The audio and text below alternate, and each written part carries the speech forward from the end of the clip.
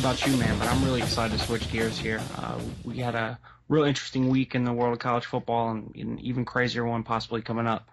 So we'll get right into it, man. I guess the story stealing all the headlines from the weekend, kind of taken away from some great action on the field, is actually, I guess, one of the most blatant mishandlings of player safety that I've ever really seen in all my years of watching football, and it's really kind of unthinkable. And with all the uproar, if you will, hoopla regarding concussions and player safety and the NFL lawsuits and how that's always been constantly in the news here lately, you just would think that there would be no excuse or no possibility of this kind of stuff happening, man. But here we had it, man, down in Michigan. Michigan Minnesota game this weekend down in the Big House in Ann Arbor. Michigan quarterback Stephen Morse takes a pretty big shot down near the Wolverine ends, our sideline rather, and clearly visibly shaken up, vicious shot. The guy led with the crown of his helmet. It's pretty clear, that there was a type of hit that definitely warrants some kind of repercussions, whether it be missing a game, suspended. In the NFL, we know he'd be writing a check, but obviously that isn't a possibility in college. And then inexplicably, so he comes out of the game, is getting checked out by the doctors, has been replaced by their backup quarterback, Devin Gardner. And then, Gardner's helmet comes off in one of the ensuing plays. It's a mandatory rule in college that if a player's helmet comes off for whatever reason, they have to sit out the next play. It's actually a funny story along those lines. It's a great follow on Twitter. Taj Boyd's helmet became such an issue back in his sophomore year at Clemson. Somebody started a fake Twitter account that got a pretty big following called Taj Boyd's helmet because it seemed like it was always coming off all the time. But anyways, so with Gardner having to sit out, they, hoax signals to get Morse back in the game. I guess time hadn't really allowed for them to get fully evaluate him. They didn't know the extent of it, I guess is what they're trying to paint the picture as, but really to me that's kind of inexcusable. I mean, everyone in the stands, everyone watching at home, the commentators, they all knew that kid was shooken up. So if you're saying that for whatever, the only viable excuse is incompetence, and that's not really a viable excuse. So I don't know, man. What do you think about this whole situation? To me, it's pretty crazy, man. I don't know if I've ever really seen anything like this. Me neither. But I want to first by saying after Shane had been taken to the sideline, that once Gardner lost his helmet, that the backup did try to get into the game, but he couldn't find his helmet or something. So Shane had to go in again. Which, I think, if they would have gave the kid the time to find his helmet and go back on the field, they could avoid putting Shane Morris back on the field. But in terms of the whole situation as a whole, I just want to say this is horrible on Hoke and his staff's part. As we all know, the kid took a beating. And to me, what was sickening about it, every time they put the camera on Brady Hoke, it looks like he was blind to the fact that this kid had taken a beating. And as the kid finally did go to the sideline, I don't even think I saw Brady Hoke walk up to him and say, hey, kid, you're all right, and check in with him, which, to me, that was baffling as well. To me, it just looked like he absolutely had no care for what that kid had been through. And, I think you used an interesting word there, baffling. I think that's really a good summary for this whole situation and for really probably in the eyes of all Michigan fans, the whole entire Brady Hoke era. This might be the most down the Wolverine program has ever been, at least in my lifetime. So yeah, man, baffling is a word that has kept coming to mind. But go ahead, man. I didn't mean to cut you off. Yeah, and what he's done on the field aside, what the record has shown aside, screw all of that. At this point, it's about caring for your students or your players, which he showed. To me, he didn't show any regards for them, or for Shane at least. And yes, I understand that the kid waved the trainers off, as the staff tried to come on. But at that point, you got to use your common sense as a head coach and use your good judgment as a head coach to have him, removed anyway. It's like, football players are trained to be warriors, and regardless. Yeah, Exactly. The reason the kid has gotten to where he is to be the starting quarterback at Michigan University, a prestigious college football program, is that competitive spirit that makes him shake the trainers off. But your job as the head coach, and especially as the adult in this situation, because let's not forget this is still a young man, a kid, and Brady Hoke is a grown man whose safety is literally, whose player safety is literally in his hands, and the at the very least it was incompetence, at the most it was malicious. Um, so it's really like pretty much unbelievable, man. It's one of the few topics that really I just kind of, it's tough to summarize all the preposterousness of it. Right, and like I was saying, man, as you said too, as an adult and as a person with common sense, you got to use that and get that kid off of the field. And if I'm his parents, if I'm Shane Morris's parents, I would do anything in my power to have him off of this team because obviously my head coach doesn't care for that kid. And, that would upset me as, I'm not a parent or anything, but if I was, just watching that on TV or watching it in person would change my mind in terms of, wanting my kid to play for a program like Michigan. So that's my thoughts on it, man, personally. Go ahead.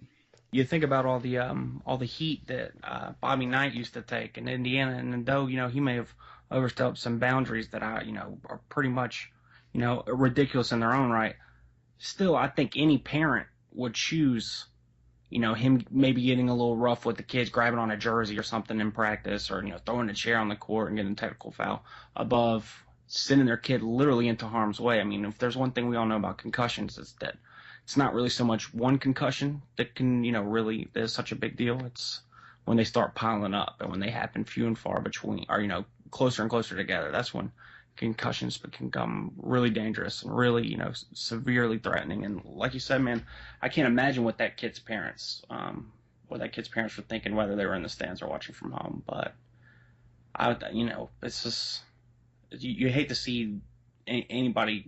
I mean, what if something would have happened, man? I mean, what if you would have taken another huge shot and that kid would have never been the same? Then Right. what would the topic of conversation be today?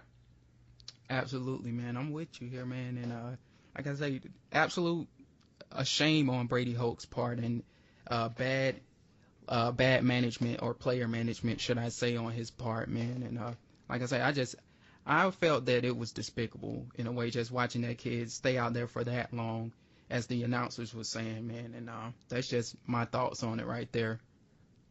For sure. Well, let's get into some game action, man. Let's talk about some of the good stuff that happened on the field. We'll move away from a little bit of that drama. There's been more than enough of that in the football and sports world here lately. So, and I guess what game day was live in Columbia this weekend. So I guess ESPN and the national media was saying the biggest game of the weekend was down there in SEC country, man. Gamecocks versus hosting the Missouri Tigers. And honestly, I didn't get to watch the game live. I've caught some of the highlights and watched a little film on it. But I actually attended the Clemson North Carolina game, man. So why don't you run it down for our audience, man? What happened in the game of the week this week in college? Yeah, this is probably the game that I anticipated the most heading into this weekend. And it went down to the wire. Big surprise, huh? But yeah, now it had its cold moments, as me and you discussed earlier before the podcast. It started off, both of them exchanged a score, and then it kind of got cold where, I think Missouri went through 8 consecutive punts through the whole game, which, I mean, at that point it had got boring. And then about, I want to say Sounds it like was, 1940s football. yeah, absolutely what it looked like, at least. And I want to say about 7:20 minutes into the fourth quarter, it started to get intense again. The score at that time was 20-7, given South Carolina was up, should I say. And what appeared to be South Carolina scored one more time, and they got a little bit of breathing room, or what appeared to be breathing room. But out of nowhere, Matty Mock, that's the quarterback of Missouri, he hit Bud Sassler, was it? Yeah, Bud Sassler for a 48-yarder. And then he hit Wesley Leftwich for a 26-yarder, and he started to get hot. And basically that put Missouri on the one of South Carolina. And as we all know, they eventually punched that in with Russell Hansborough with like a minute and 36 seconds left into the game. And that was the final drive that ended up winning the game for Missouri. And yeah, that's pretty much how it went. That game was, I mean, it was slow, and then it picked up at the end, and then they had to run in, and that was pretty much it. So South Carolina didn't really have the time to come back in the end, but I mean, as me and you said, dude, South Carolina has the tendency when they get first place in the SEC East or they're on the top of the SEC East, they always manage to mess it up. And this was a clear, this was showing, this was telling of that. So I don't know, Yeah. man. Like I think they could have, I think they could have won it, but in South Carolina form, they slipped up in the end, and Missouri took it from them. Yeah, I gave that stat earlier in our intro, but I think it bears repeating. So it's been 3 years to this point, and if Georgia holds on to win the SEC East, this will be the fourth year in a row that South Carolina actually beat the team in their division who won the division and somehow managed to not win the division themselves. So essentially, that's huge in college football. If you beat the team who wins the division, you had a de facto 2-game lead over that team, and somehow they've managed to shoot themselves in the foot. And looking back in the history of South Carolina football, I mean, really, they got to be kicking themselves because it's a huge missed opportunity. I mean, players like Clowney come around once in a generation, maybe even fewer than that. And Connor Shaw never lost a game as a starter at home ever. Didn't do it. Great college quarterback. Maybe never will be a franchise quarterback in the NFL. Heck, may not even be a backup in the NFL. But the kid could win games on the college level. And, I think South Carolina really missed some opportunities here in the SEC East. They could have taken it last, twice they lost to Georgia. Or twice they beat Georgia. Georgia still went on to win it. Last year they beat Missouri. Missouri went on to win the SEC East. And this year, like I said, I guess it looks like it's going to come down to that game in Columbia in a few weeks, Bulldogs and Tigers. I think it'll be interesting, man. I think it'll be that should be a good game. And, a lot of people are kind of kicking the SEC East. It looks like nobody really wants to. It looks like they're playing hot potato with the lead in this division. No one really wants to separate from the pack. But, as there may not be an elite team like we may have thought there might have been an SEC East this year, it's definitely going to be entertaining football, man. It'll be fun to watch. I mean, the games have been good every week. And it's going to come right down to the wire, man. I mean, what else can we expect in the SEC? And switching gears a little bit, I mean, this forecasting this week coming up, I mean, kind of to the other division, I mean, some huge matchups in the SEC West, man. Some people are hyping it as one of the biggest weekends in college football history. I think I'm like 6 games between ranked teams, which is pretty nuts. And then the SEC West, I think, has 4 teams in the top 12 in the country. A bunch of them are playing each other this week. So, man, I'll be glued to my television on Saturday. I'm really trying to make that debate if I should make the trip go see my Tigers play NC State at home, or if I should just beg out in front of the TV all weekend. That could be a better plan the more and more I think about all these games. I mean, we got Michigan. We got Notre Dame. Stanford is another one. I mean, it's a good weekend for college football fans. Yeah, I'm looking at the schedule right now. I just pulled it up on ESPN, man. At 3:30, and I would think that being that this is on at 3:30, it comes on CBS. We got Alabama and Ole Miss.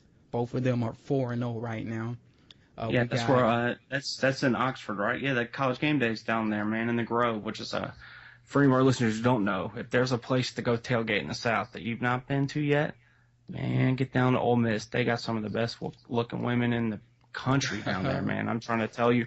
And they know how to party, man. They hang chandeliers from the tailgate tents, and it's a good time, man. Definitely the Grove's worth the trip. Game Day should be a blast this weekend for sure, man.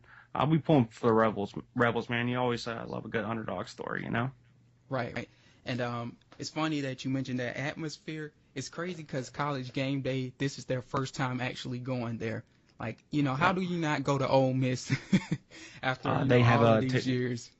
Well, when they can't win more than 6 games a year for a decade, it's kind of tough to schedule a game day there, I guess, I guess so, man. But moving on, man, we got on ESPN at 7, we got LSU and Auburn. As we all know, LSU is 4-1. They lost to Wisconsin, if I recall. No, it wasn't Wisconsin. Dude, who did LSU lose to? No, they came back and beat Wisconsin. Remember, Wisconsin had a big 17-point lead and definitely did their part to, see that lead evaporate. And I think LSU ended up winning it by a final score like 24-21, if my memory serves me correct. Right. It was like they won it in the last 5 minutes. However they won it, I forgot exactly what happened. Yeah, it's like they only led for once they scored the go-ahead touchdown, that was their first lead of the game. So. Absolutely. Yep. So they'll be facing Auburn, who's 4-0. That'll be an interesting one to watch. And then also we got Texas A&M and Mississippi State. As we all know, the Bulldogs, man, they showed up this year. Like I mean, they've always been okay, but this year they're really rugged, man. And this is one. It's in Mississippi State, by the way. This is one that Texas A&M might have to watch out for as they have a brutal schedule coming up, man. What you think about that one? Man, I mean, just how big of a is this the biggest weekend in college football history in the state of Mississippi? I mean, both teams got top 10 divisional opponents coming to their place. Like I don't know when the last time you could say both Mississippi State and Ole Miss knocked off two top 10 teams in the same day. I don't know if it's ever happened. So a huge opportunity for that state. Really some stakes they haven't really experienced down there, but Starkville will be going crazy. I like Mississippi State, man. I think Dan Mullen's done a terrific job there ever since he came over from Florida. I like the direction of that program. I think it's tough to win in Starkville. It's tough to get elite talent to go there, and he's really made a good job of what he's been handed and been able to bring some talent to him. But that's going to be a tough task, man. You know how I feel about Texas A&M. Actually, they're one of my teams. My sleeper to win the national championship. I guess maybe not a sleeper at this point. I mean, they're up to number 6 in the country, but I think Kenny Hill's legit. Kevin Sumlin calling plays is a huge advantage. And they've played in a lot of big games since coming over to the SEC. Once you had Johnny Football there, every game was magnified. It was always in prime time, and this is kind of new. This is kind of new territory for Mississippi State. To be playing such a game with such implications. In such a tough side of a conference, man. Losing one game sets you so far back. But I mean, I don't expect any team in the SEC West to finish the season unbeaten. I think it's just too tough with that schedule.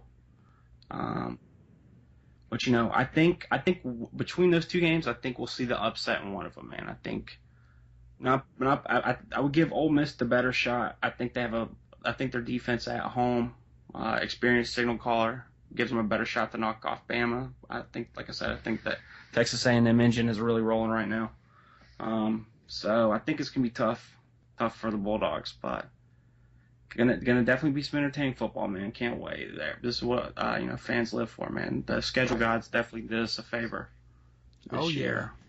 Definitely. All right. So and lastly, this is one that it's going to take place in the SEC East. Certainly not as entertaining as the three I just named. But we got Vanderbilt and Georgia.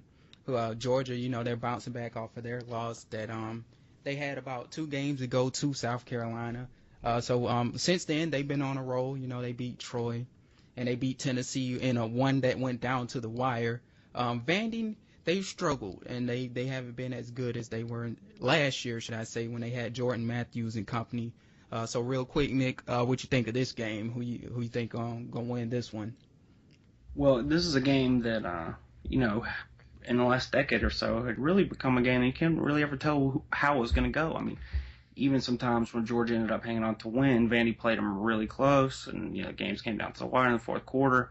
I remember maybe 3 years ago, I think it was Stafford's last year there, so actually maybe 4 years ago, I think Vanderbilt missed a field goal, like a 40-yard field goal with a few seconds left to lose the game in Athens, after outplaying the Bulldogs for a large portion of the day. But man, Vanderbilt's had a rough year. I mean, the loss of James Franklin, who, as everybody knows, took the job up there in Happy Valley at Penn State. That's been tough to replace him. They brought in Derek Mason, Vanderbilt alum. And, it's early and you hate to rush to judgment, but it looks like maybe he might be in and over his head. It's his first head coaching job, and I think maybe the rigors of the SEC is catching up to him. And really, I mean, you got to give some credit to James Franklin for what he was able to do. I mean, I think Vanderbilt won 9 games last year or something like that, man, if memory serves me correct. 8 or 9, which, I mean, to win that many games. Yeah, to win that many games in that conference with Vanderbilt, with, the academic standards they have there, and the fact that they were going against the beast of beasts in recruiting, and I mean, what a job, man. I mean, the sky's the limit really for that Penn State program if he can, if all things being equal, if he can transfer that type of success to a already established major program, like Penn State that sells out 100,000 seats. So, but I mean, Georgia should take care of this one, pretty handily, man. I expect them Gurley to have another big day. I would want to say that I think Gurley's probably the favorite for the Heisman Trophy right now. I think he's been the best player in the country. Unfortunately, I think Georgia's got a tough road ahead. They're probably going to lose at least one more game on that schedule, possibly two. So I think that'll knock him out of the running for the Heisman Trophy. But I mean, he should have a field day with Vanderbilt. This will be when the draft gets here in April. Man, we'll be seeing a lot of black jerseys trying to chase Todd Gurley around on that highlight film, I'm sure. Oh man, you just disrespected Vanderbilt there. But moving on, another one that's not appearing on the score sheet, or should I say the schedule here on ESPN for some reason, but one that I see as interesting is Tennessee versus Florida, and it's gonna be at Rocky Top. So what's your thoughts on this one, real quick, Nick? Well, it's got to be good for Tennessee getting back home. I think they missed opportunity against the Bulldogs last week down in Athens. I think, for a large part of the afternoon, they probably outplayed Georgia. They probably feel like they should have came away with the win. If their quarterback doesn't get banged up and miss, a large portion of the third quarter, we might be talking about a different ball game. That all said, hopefully, for Tennessee fans anyways, maybe they had a good week of practice, was able to get that tough loss out of their head. Come home, in a huge rivalry game against the Gators of Florida. It's always a close game. I remember growing up in the 90s, that was one of the ones you circled. It used to be one of the most intense rivalries in college football and one of the most meaningful. We're talking about two programs for the better part of my childhood that lived in the top 15. Both of them are a little down right now. I think both of them maybe have some questions at head coach. Maybe, Muschamp's a little further into his tenure at Florida, so super crucial game for him. After he doesn't have too much wiggle room to play with, so you can't lose a game where you're expected to win or at least have a really good shot at winning. So really big weekend for Muschamp and his future with the Gators. But I think they have a good defense, man. You never know what you're going to get out of their offense. That's a tough game. That's a pick'em game to me, man. I haven't really seen enough of Tennessee outside of the Georgia game to feel confident about knowing how that game's going to play out. And Florida, has been a little spotty. They looked good for a half in the Alabama game and then looked terrible in the other half. And just not sure, now their one player, they do have a freshman who I think is going to be a nice little player for them, and maybe saw some of those offensive woes, and that's their little all-purpose guy, Dalvin Cook, true freshman running back. A guy I'm sure Clemson would have liked to have landed at campus as they're struggling in the running game, and he seems to really be a big upgrade in Florida's running game this year. So look for him to maybe have a big game, be an impact, and you never know, man. I'm sure it'll be crazy back and forth game. What do you think, man? Who do you like in that matchup? Yeah, man, I'm taking Tennessee here, being that they are at home, and I've seen about 3 games of Florida, and they're atrocious. Just to say, Jeff Driscoll, man, to me, he's just not cutting it, and I think they need to make a change at quarterback. And for that fact alone, just based off of Tennessee coming off the momentum they are coming off of from the Georgia game, I think they roll into Rocky Top, and I think they beat Florida at home with all of that momentum. Granted that Jeff Driscoll, like I say, he just isn't a good quarterback to me. So I think they got enough. They have what they need to do to take Tennessee in this one, or take Florida, should I say, in this one. For the Florida Vandy game, Georgia rather, yeah. Right. The Georgia Vandy game, of course, I'm gonna take Georgia there because Vandy's just not good. As you said, was it Derek Mason that is their coach now, as in the wide receiver, the Hall of Famer? Same one. Oh, one okay. and the same. Nice. That's what's it's up. Like this is his first head coaching gig. Okay. So yeah, definitely. He's gonna need some time to build there. So that probably answers the questions as to why Vanderbilt has been struggling. And I'm gonna take Georgia here. As I said, they have momentum as well. Todd Gurley is alive and kicking, and I think they'll win that one by about 14 points. Because most people are taking them to win that by more than that. But in that SEC game, you never know. I don't think Georgia will beat them that bad. I think Vandy deserves a little bit more credit than that. Next up for the A&M and the Mississippi State game, and real tough one to call here, man. But I'm gonna take Kevin Sumlin and A&M here, and Kenny football. I know it's in Mississippi State, But I'm gonna call it a gut feeling here. I think Kevin Sumlin will get that team ready to do what they have to do and win a road game, which is very hard in the SEC. Next up, the LSU and the Auburn game. I'm going to take Auburn, being that they are home. And LSU to me has shown a little bit of vulnerability. Okay, their last opponent ran the ball on them pretty well. So I remember watching that game. I forgot who Yeah, it was exactly. that was a loss to Mississippi State actually at home. Right, yeah. Bulldogs And were able to get a win in Death Valley. Pretty big win for Dan Mullen and that crew. And they had a lot of success, like you said, running the football, which is pretty uncharacteristic of LSU defense. Usually they're pretty stout against the run. So. Yeah, alarming amount of it was very alarming for me, at least, to see somebody run on LSU like that. And I think Gus Malzahn, he's gonna look at that. He's gonna make a perfect game plan, and Auburn's gonna take care of that, especially being that it's at home. Ole Miss and Alabama. This is hard. Well, I have a hard time doubting Nick Saban. And unless the circumstances are real crazy, I'm going to just go with Saban here, even though they're not at home. It's generally been a pretty safe bet ever since he showed up in Tuscaloosa. Right. So, I mean, he's proven me wrong with my Bulldogs every time I bet against him. So, now ain't the time, and I'm going to go with him. And as they roll into Ole Miss and they take care of the number 11 ranked Rebels. All right, so Oh yeah, and I just wanted to I did want to just clear one thing up. You had asked me, we were talking about Vanderbilt, and you asked if Derek Mason, their head coach, was the same Derek Mason that's the Hall of Fame wide receiver. And I don't know if you've ever had the time where someone asked you a question, and even though you weren't really sure the answer, you said something like you were totally sure. That's what happened. I was mistaken. I wasn't sure. It isn't that Derek Mason. It's another Derek Mason. He played at Northern Iowa. He's been an assistant coach, most notably at Stanford here recently. So just shares the name with Derek Mason. Just wanted to clear that up. Okay. All right. So, yeah, I was like the same guy from the Ravens, but no. Yeah, because he's only been retired for 2 or 3 years, so he would have been on the super come up.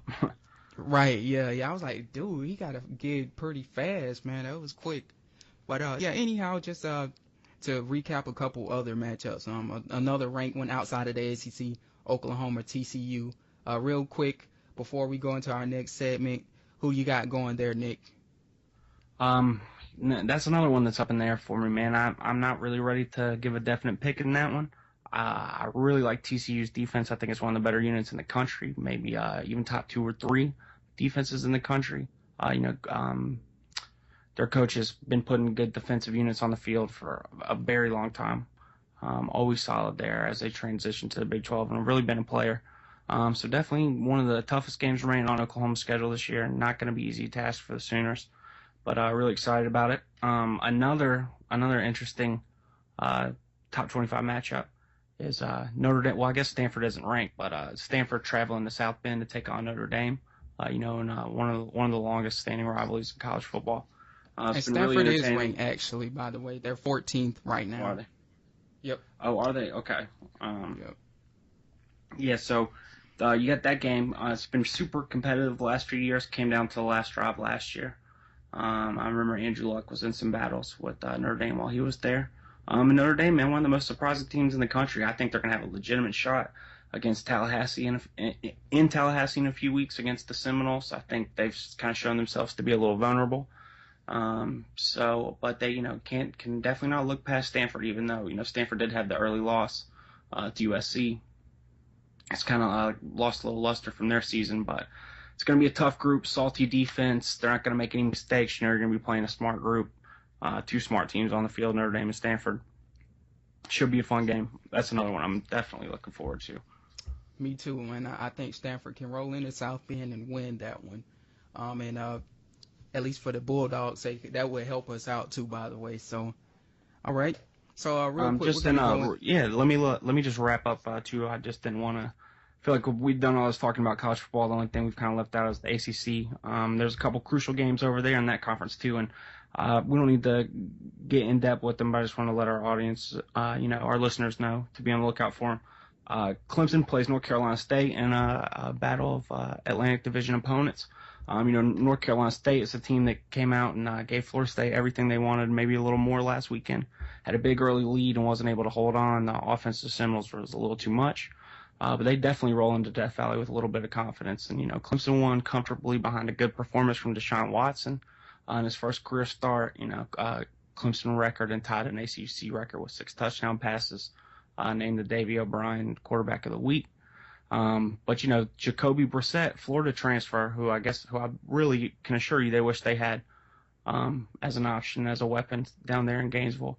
He'll bring a lot of confidence. He played very well against Florida State, so I'm sure it'll be an interesting matchup, man. Jacoby Brissett against Deshaun Watson and Clemson, 3:30 should be entertaining. Also, really big game in the ACC Coastal Division as the Hurricanes of Miami come to Georgia Tech, take on the Yellow Jackets in a triple option attack. That game will go a long way to deciding who represents that side of the ACC in the ACC championship game. And then there was one more. Let's see. I know Wake Forest takes on Florida State. Was that? Oh yeah. That was the. Oh no, I'm thinking of the Wake Forest Florida State game should be a cakewalk, but Virginia Tech North Carolina. The only reason I think that game's a big deal, it's my projection. Write it down. Gridiron season guarantee. The loser of this game will have a new head football coach next fall. Oh wow, interesting. Interesting statements there. We'll see if that happens, though. All right, so that'll do it for college. Rather interesting matches going on in the SEC and out of the SEC as well. But we're going to head into our next segment real quick as I pass it to my man, Nick, man. So tell the folks what we got up, man. Yeah, I'm really excited about this to offer to our audience. As far as, this will be something we'll be doing here weekly on Gridiron season, but also you can keep up to date with and it'll be a little means for some smack talk between the staff here at Gridiron season and at our media network, sportsgrinddaily.com.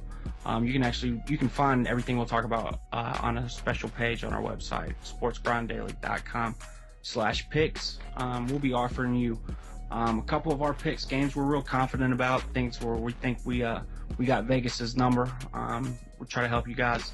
Any of you degenerates out there who like to play the numbers, maybe give you a little advice that is useful. But like I said, man, the main idea behind this segment is just to test our knowledge against the best who do it. Las Vegas is the standard for sports knowledge, man. They don't play too many games out there. They got these things figured out, but we think we can beat them, man. We think we trust our knowledge here at Gridiron season. So, like I said, man, we'll be offering you 5 picks from college, 5 picks from the NFL every week, and we'll have a running tally going.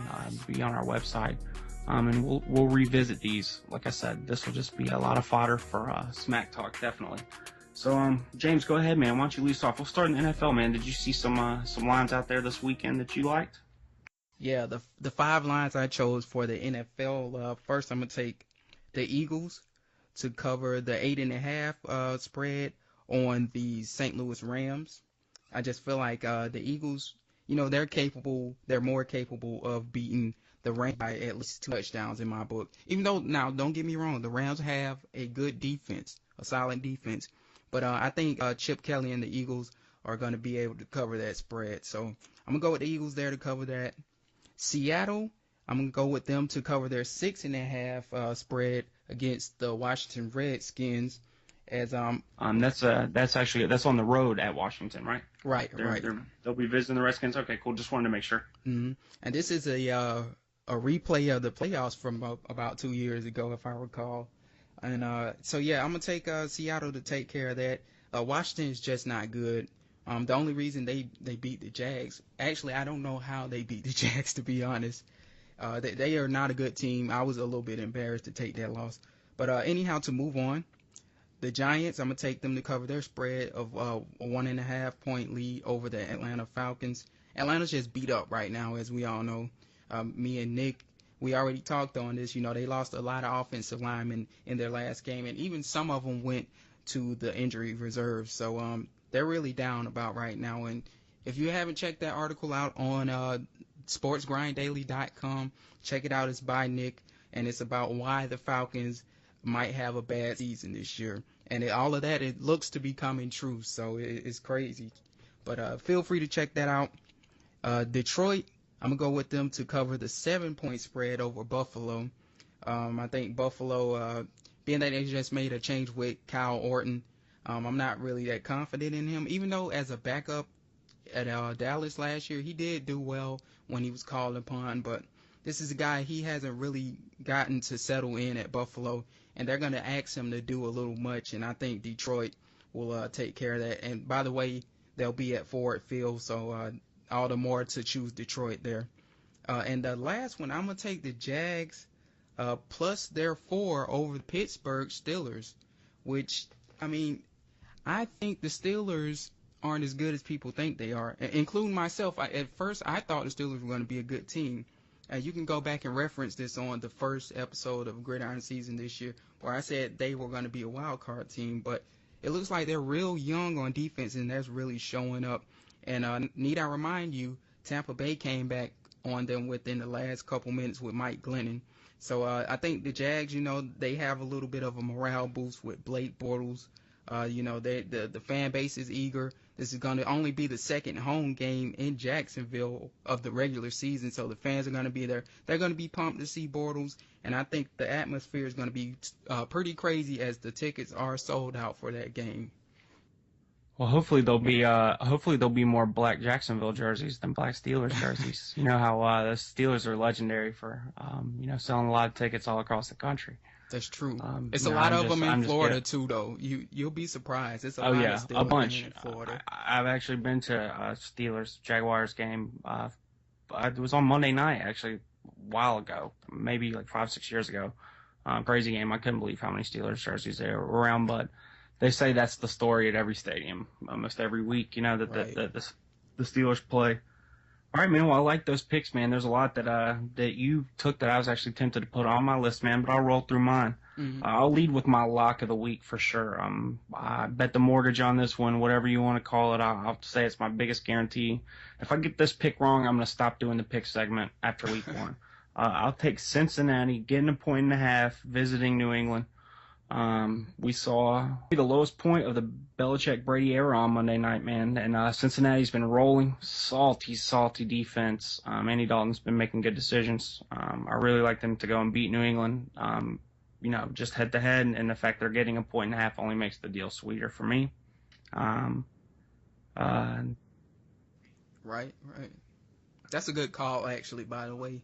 Based off, like you said, what we just saw on Monday Night Football, and went definitely. I cannot believe that since he was the underdogs, no matter where that game was played, you could have played it in Antarctica, and I don't think it would make a difference. You could have played it in Tom Brady's backyard with Giselle pouring sweet teas for everyone, and I don't think it would have made much of a difference. And then we actually had a pick. We shared one this week, so this is probably a good one if we both agree. And we did these picks separately. I took New York. I think they're pretty much a sure thing to beat the Falcons at home. And, that real small line of 1.5, it's essentially a pick'em game. Give me the Giants at home to cover that 1.5. Actually, the only road team, Cincinnati's on the road. I like another road team going on the point. I like another road team that's getting points, and that's the Chicago Bears. They're getting 3 points on the road against the Carolina Panthers. Who have been a little disappointing to me so far, especially that performance against the Steelers on Sunday night last week, or 2 weeks ago rather. I think Chicago, Mark Trestman's got them rolling. I expect them to go in to Bank of America and get a win. So again, the 3 points really is just a cushion for me. My last one of the week, one I'm not so certain of. I kind of had a real tough time fitting a fifth one in there, but I'll take Indy. Give me Andrew Luck and that offensive juggernaut. At home, -4.5 against the Baltimore Ravens, who I think are going to be wildly inconsistent this year. They'll have played well the last couple weeks, but I think Indy will get the job done at home. We'll go in college, man. Did you find some lines in the NCAA game you liked this week? Yep. As a matter of fact, one of them is from the SEC that we talked about, and it's in the East. And I'm going to take Tennessee plus the 1 over Florida. As I said, this is going to be in Tennessee, and Jeff Driscoll is flat out bad, and Tennessee is coming off a game where they have momentum from that Georgia game, and I think they can cover that 1 and some more. So I'm going to go with them there. For Oklahoma University, I have them to cover the 6 by TCU. I just got a gut feeling that Coach Stoops is going to have his team ready, and they're going to, they're going to beat TCU more than 6. I mean, 7 will do, a touchdown will do, and I think they're capable of that. Next, I'm going to go with Stanford uh, plus over Notre Dame. All they need is 1 there. I think Stanford is very capable of beating Notre Dame by more than 1. And as you said, like that's one of the toss-up ones, being that it's 1. Stanford's actually the the favorite and the underdog. I'm sorry, they're getting a point. Yeah. Oh, gotcha. All right, so to move on, I'm gonna take South Carolina to cover the 10 over Kentucky. And I do understand that Kentucky's better than most people give them credit for, but I think South Carolina's going to come in this game extra mad. Steve Spurrier is going to have them fired up after they done lost their 2 in the SEC East that essentially will put them out of the race. So I think they go into there steaming, and they'll beat Kentucky. And I'll take also Wisconsin to cover the 10 versus Northwestern. Um, I think Wisconsin's run game and Wisconsin is known for their linemen as well, their offensive linemen. I think with Gordon in there, who's he's on the Heisman ballot. Other than Todd Gurley, me personally, I feel like this kid is one of the better running backs in the country. And if Gurley doesn't get the Heisman, I think he should. Top-notch running back, and I think he alone can cover that 10 against Northwestern. So, Nick, who you got going for the college portion of this? Well, man, I'll tell you, we definitely set ourselves up for a little bit of drama on our first week of picks, going head to head. One of us is going to look brilliant at the end of it. One of us is going to look like an idiot because you and I actually have opposite picks on a couple of these games. Oh wow! Let's see what you got. Actually, the game I feel really confident about is Kentucky at home against South Carolina, a team that's obviously reeling from a really heartbreaking loss at Missouri. They did their part to give that game away. Even the Georgia game, that it's just been such a roller coaster for South Carolina. I don't know if they'll have a good week of practice. I don't know if they'll be ready for it. Kentucky, as we all know, isn't really a juggernaut program. I think there's a chance South Carolina sleepwalks through there. And this isn't the same old Kentucky team. I think they have the better quarterback in this game. I like that young kid, young signal caller for the Wildcats. And I think they'll be able to move the ball against a real suspect South Carolina defense. So give me the Wildcats at home plus the 10. I don't know if they'll have the juice to knock off the Gamecocks, but I definitely expect them to stay within that 2 scores. The other game we shared on the list was you took Stanford. I'll take Notre Dame. I think they have been one of my surprise teams in the country. I like everything I've seen from them. And I think they'll beat, and essentially what's a pick'em game? I mean, it's a 1-point spread. So give me Notre Dame and essentially what's a pick'em at home. I'll take, and then we have the third game in common. You took Oklahoma to cover the 6 against TCU, right in Fort Worth. And I actually, what I'm going to offer out to our listeners on this pick is I would parlay. I really like both the numbers, both the lines set on this game. I'll take TCU getting 6 at home. I think they'll keep it close. I think it'll be a field goal type game. Oklahoma may win at the buzzer. But I feel good. I think TCU will stay around all day, real tough defense, hang in, and I think it'll be closer than a touchdown game with the Horned Frogs having the opportunity to pull off possibly the biggest upset so far this season. Also, the over-under number for that game is 56.5. I really like the under. TCU is going to work the clock on offense, and they're going to play very good defense. Oklahoma is going to want to run the football too. So even though both the offenses are talented, I think clock might become an issue, and I don't see it being too high scoring of a game. I think something like 24-20 is what we can expect. So I think the 56.5 over-under number is way too high. So take the under, parlay it with TCU, double yourself up this week. And my last pick is actually against my Clemson Tigers. I'll take North Carolina State plus 16.5. As though I do not think they will get the win in Death Valley. I expect it to be a tough game. These 2 programs always play close ball games almost no matter what the talent disparity is. Expect them to hang around, make life difficult for the Tigers in Death Valley. I think Clemson will get a win, but we're thinking more in the 6 to 10 point range. They'll be lucky to win by 2 scores. Defense has had some issues the last couple of weeks, so Give me the Wolfpack with that big cushion. NC State plus 16.5. All right, man. Well, we got to wrap this thing up, James. Getting here pretty close on time. So go ahead, man. Take us out. Yep. I first want to start by closing this by saying you all are, you can feel free to follow me on Twitter at sportsgrind_done. Also check us out on iTunes. Just simply search Gridiron Season and you'll see our logo up there with the wildfire mark on it. We're also on TuneIn. This will be broadcast on the Wildfire station there. Check us out on Stitcher as well. Just simply search us once again on Stitcher. There's an app for iPhone and also an app for Android users. And lastly, I want to plug the site, of course, sportsgrinddaily.com. Check it out. It's going to have this podcast on there, going to have our over-under spreads on it, some more content coming up as well. We got some new articles up there, one in particular by my man Mike Flanagan on the NHL Power Rankings. So feel free to check that out. And lastly, shout out to Wildfire Radio once again for this opportunity. Mr. Marcus, Mr. Jim, we'll be back at it next week, and you all can catch this at 5:30 to 6:30 p.m. Eastern Standard Time. So, Nick, what you got, man? Again, iTunes, subscribe, comment, rate, like. Please, guys, any feedback's really appreciated. Pass the word along if you like what we're doing here. We're going to have some fresh content, like James said. Make sure you guys check out the site. Our media partner, sportsgrinddaily.com. Grind, grind, grind, grinding, grinding.